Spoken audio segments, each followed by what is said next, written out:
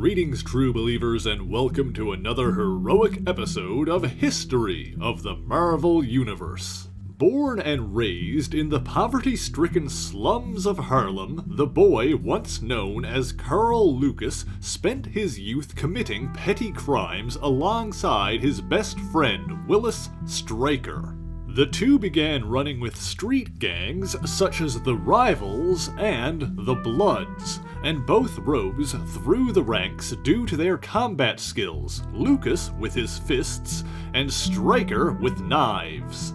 They battled rival gangs such as the Diablos, but after spending much of his teens in juvenile homes, Lucas began to realize just how much his criminal activities were hurting his family, and began to dream of something better.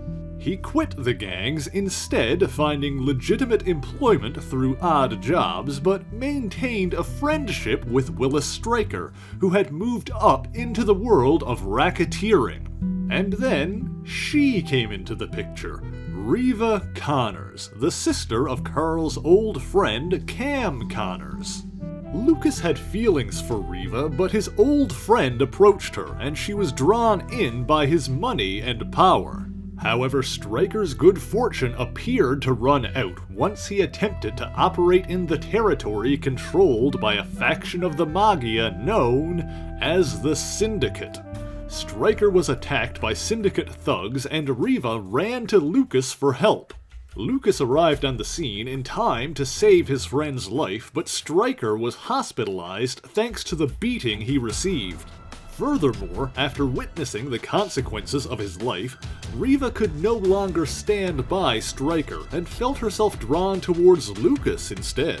Stryker blamed Lucas for the dissolution of his relationship and was determined to take revenge. Revenge he wrought by planting 2 kilograms of stolen heroin in Lucas's apartment and tipping off the police. With his prior felonies, nobody believed that Lucas was framed, and so he was prosecuted to the full extent of the law, and wound up in the maximum security Seagate prison alongside his former gangmates Shades and Comanche. Meanwhile, Stryker moved in on Reva again, convincing her that he would be able to help Lucas. But then, in retaliation for the drugs he stole from them, Syndicate enforcers attacked Stryker. But Stryker used Reva as a human shield to survive the assault. The news of Reva's death caused Lucas to become bitter and violent, as he desired vengeance against his former friend. The racist prison guards, including the corrupt Captain Rackham, were happy to use Lucas's violent outbursts to not only deny him any chance of parole, but to savagely beat him in prison and place him in solitary confinement for days on end. However, things changed at Seagate with the arrival of a new warden, one who felt sympathy for Lucas's situation and put an end to the beatings. And with the new administration came a new face around the prison, a scientist named Dr. Noah Burstein.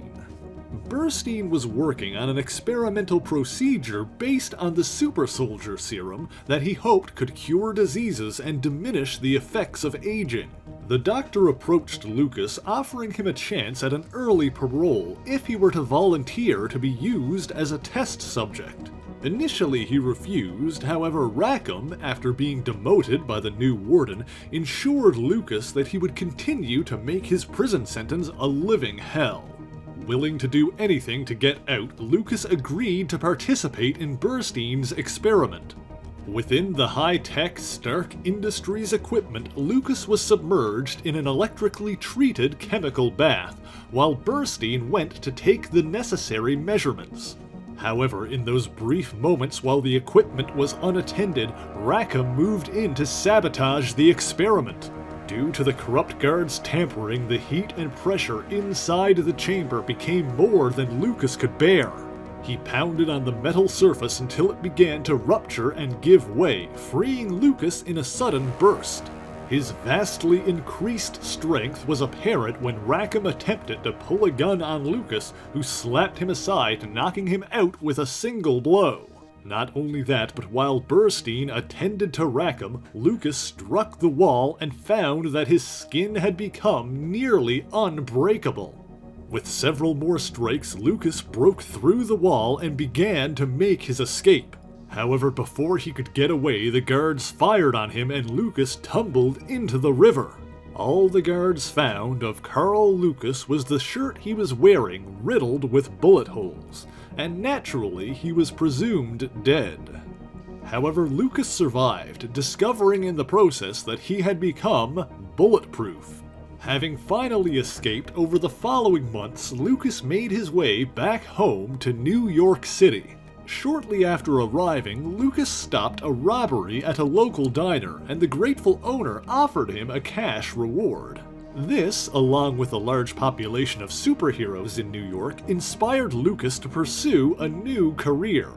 Purchasing a costume that formerly belonged to a retired escape artist and taking a new name for himself, Carl Lucas became Luke Cage, hero for hire. However, Luke wasn't the only one to adopt a colorful moniker, for while Cage was in prison, Willis Stryker had earned the criminal identity of Diamondback and began working for the Syndicate. Thanks to his new employers, Stryker had also obtained new trick knives with various gadgets built in, including poisonous gas and explosives. And so, Cage got to work disrupting his old friend's operations, and after one encounter in which he took a bullet to the chest, he was approached by a doctor named Claire Temple, who offered to treat his wounds. Of course, much to Claire's surprise, the gunshot left little more than a bruise. However, the doctor did convince Luke to return with her to her clinic, a clinic which had been torn apart by Syndicate thugs seeking protection money. Furthermore, Luke found that Dr. Burstein, the man responsible for his powers, had left his experiments following the incident and come to Lucas's old neighborhood to work with Claire, although Burstein pretended not to recognize Cage. Then, after renting an office above a dilapidated movie theater, Cage received an urgent call from Noah Burstein. Dr. Temple had been kidnapped by Diamondback, who threatened to execute her if Cage didn't come to him. Cage, of course, rescued Claire from Diamondback's men and gave chase after his former friend, the two coming face to face for the first time in years. However, it soon became apparent that Stryker was no match for the hero for hire. The crafty villain intended to strike Cage with an explosive knife, but as he backed up to gain enough distance to throw it, Diamondback tripped and fell backwards through a skylight. He was uninjured by the fall, but the bomb he had meant for Luke struck the ground next to him, and thus Willis Stryker, the man called Diamondback, was killed by his own weapon. Luke continued his career as a hero for hire, at one point battling Spider-Man at the behest of J. Jonah Jameson, following the apparent death of Norman Osborn. However, after the two heroes spoke, Luke naturally felt sympathy towards someone else accused of a crime they did not commit. Sometime after this, Luke decided to follow the example of other heroes and took a more traditional pseudonym, Power Man. Around this time, Luke was also hired by Mr. Fantastic and briefly joined the Fantastic Four to fill in for a depowered Ben Grimm.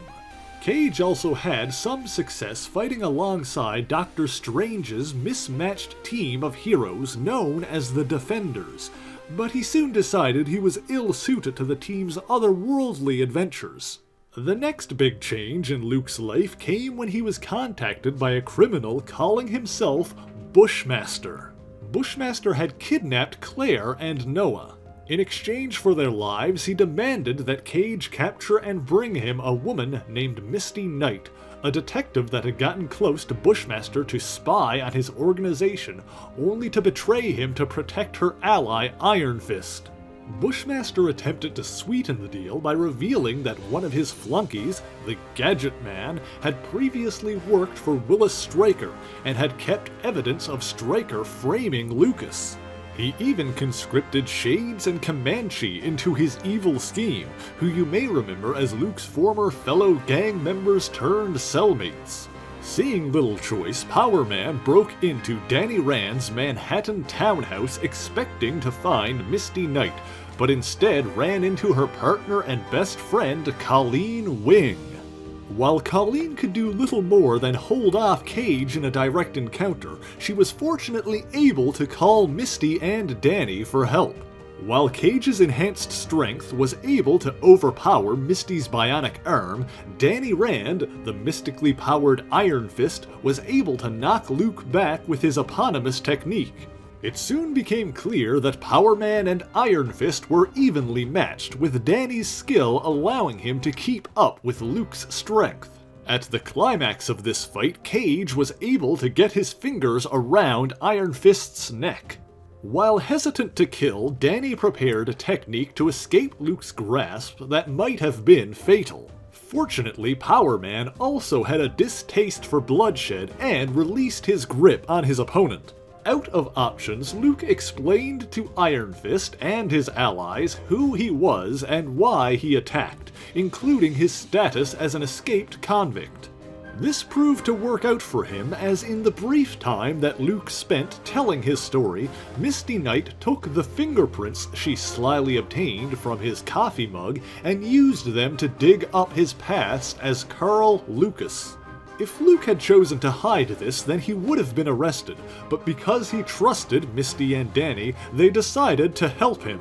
This was possible because Misty had learned the location of Bushmaster's headquarters during her time spying on him, for the villain had set up shop in the now defunct Seagate Prison. While Luke took a less than subtle approach of entering, Danny and Misty snuck into the prison and rescued Claire Temple, although Burstein was not in his cell. Then, while Misty escaped with Claire, Danny found Noah with his old equipment. Yes, it turns out that part of Bushmaster's plan was to have Dr. Burstein use his machines to transform him into another Power Man. Even though the two superpowered opponents were evenly matched in terms of strength, Luke's skill and determination allowed him to defeat Bushmaster.